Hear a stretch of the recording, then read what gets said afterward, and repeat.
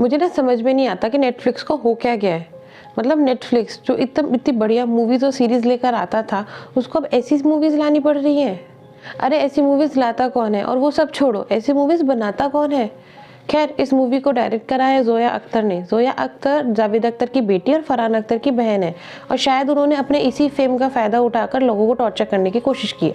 ज़ोया अख्तर ने पहले भी ज़िंदगी ना मिलेगी दोबारा, दिल धड़कने दो, तलाश, बॉम्बे टॉकीज जैसी मूवीज़ बनाई हैं। अभी ज़ोया अख्तर की नई मूवी कौन सी है और ये मूवी कैसी है, जानना चाहते हैं तो चलिए मेरे साथ इस वीडियो के एंड तक। तो हम बात कर रहे हैं ज़ोया अख्तर की नई मूवी, जिसके स्टार किड्स ने हम लोगों की नाक में दम कर दिया है। ये मूवी है द आर्चीज।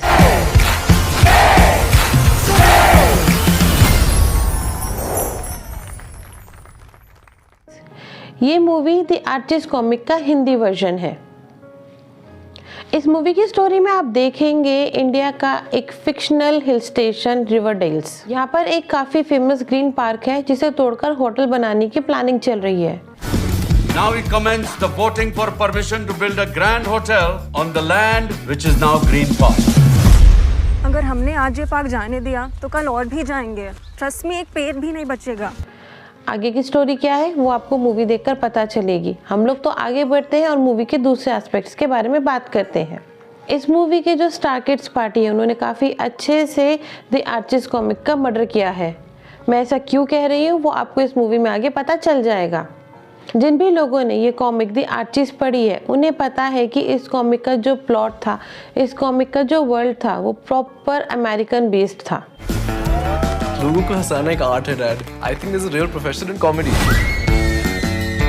भूलना मत, अब तुम लंदन में नहीं रिवरडेल में हो। रिवरडेल को भी याद रखना चाहिए ना कि वेरोनिका इज बैक। लेकिन जब इस मूवी का ट्रेलर बाहर आया तो लोगों के सवाल सामने आने लगे कि जब इस मूवी को कॉमिक का हिंदी वर्जन बनाया गया है तो इस मूवी का जो कॉन्सेप्ट है, जो प्लॉट है, वो वेस्टर्न बेस्ड क्यों है। ये बच्चे कहीं से भी इंडियन लग ही नहीं रहे। इन सभी क्वेश्चंस को कवर करते हुए सामने से आंसर आता है कि इस मूवी को एंग्लो इंडियन पोर्ट्रे में बनाया गया है। मतलब इस मूवी का कैरेक्टर, इस मूवी का सेटअप, इस मूवी के ड्रेसेस, सब कुछ एंग्लो इंडियन पोर्ट्रे में बनाई गई हैं। ठीक है, अच्छी बात है, लेकिन बनाने से पहले एंग्लो इंडियन के कॉन्सेप्ट को क्लियरली समझ तो लेते। एंग्लो इंडियन का मतलब होता है आधे ब्रिटिशर्स आधे इंडियंस। पार्टीशन के बाद ये लोग इंडिया रह गए थे, तब इन्होंने इंडियन कल्चर में रहकर अपने वेस्टर्न कल्चर को निभाया। क्रिसमस मनाते हैं, इंग्लिश बोलते हैं। ये कम्युनिटी आज भी हिंदी में बात करती है, और इस मूवी में आपको हिंदी के नाम पर क्या मिलेगा? टूटी फूटी हिंदी। ऐसा इसलिए नहीं है कि इस मूवी की डिमांड है। इन स्टार किड्स का कोई भी इंटरव्यू उठाकर देख लो, ये किसी भी इंटरव्यू में प्रॉपर हिंदी बोलते मिलेंगे ही नहीं। हिंदुस्तानी होने के बाद भी इन बच्चों को हिंदी बोलनी नहीं आती। अरे यार, मूवी हिंदी रीमेक है, इसका रीमेक तो अच्छे से बना लेते। मूवी 90% वेस्टर्न अडेप्टेशन लग रही है, तो क्या तो इसका हिंदी रीमेक रह गया और क्या ही इस पे एंग्लो इंडियन का टैग रह गया। मूवी है इंडियन अडेप्टेशन, मूवी की स्टोरी है एंग्लो इंडियन, और जो कॉमिक है वो है अमेरिकन। इन सब की जो खिचड़ी पकी है, उसके बाद इन्हें भी समझ में नहीं आ रहा था कि करना क्या है, और इस सब का जो आउटकम निकला है वो एकदम बर्बाद। नो डाउट इस मूवी का स्क्रीन प्ले और सिनेमेटोग्राफी काफ़ी अच्छी है। मूवी को बहुत अच्छे तरीके से फिल्माया गया है। 60s वाला जो टच है वो इस मूवी में थ्रू आउट मेंटेन है, और साथ ही में इस मूवी का जो बैकग्राउंड म्यूजिक है वो भी काफ़ी अच्छा है। और केवल यही चीज़ें हैं जो इस मूवी की अच्छी हैं, बाकी इस मूवी में कुछ भी अच्छा नहीं है। अगर एक्टिंग सेक्शन की बात करें तो ये स्टार किड्स इस मूवी के थ्रू लॉन्च हो गए हैं। अगर ये स्टार किड्स ना होते तो शायद ये बच्चे किसी भी मूवी का ऑडिशन क्लियर नहीं कर पाते। मतलब इतनी गंदी एक्टिंग, इतने बेकार डायलॉग डिलीवरी, इनसे अच्छी एक्टिंग तो इनके सपोर्टिंग एक्टर्स ने करी है।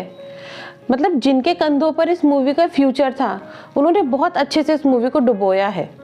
सुहाना खान, अगस्त्य नंदा, खुशी कपूर, इनके पेरेंट्स और ग्रैंड पेरेंट्स इतने अच्छे एक्टर्स हैं, लेकिन फिर भी ये बच्चे अपने पेरेंट्स से पता नहीं क्यों कुछ नहीं सीखते। इतने वेल नोन बैकग्राउंड से होने के बाद इन बच्चों से ये उम्मीद तो नहीं थी। हर बार की तरह इस बार भी इन सब चीज़ों का क्रेडिट जाता है इस मूवी के डायरेक्टर को, जिसकी डायरेक्शन इस मूवी में बिल्कुल भी अच्छी नहीं थी।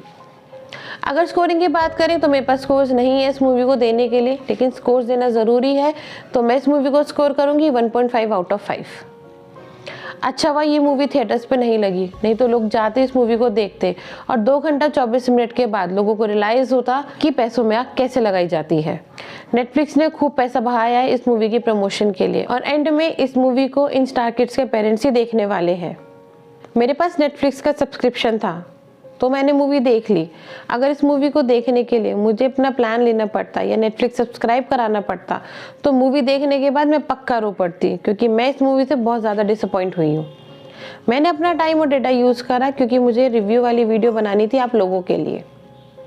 लेकिन अगर आप लोगों के पास टाइम है, एक्स्ट्रा डेटा है और आप टॉर्चर सहन कर सकते हो तो आप इस मूवी को देख सकते हैं, लेकिन देखना अपने रिस्क पर। आपको मेरी वीडियो कैसी लगी मुझे कमेंट करके ज़रूर बताएं और आगे ऐसे और रिव्यू जानने के लिए मेरे चैनल को सब्सक्राइब करना ना भूलें।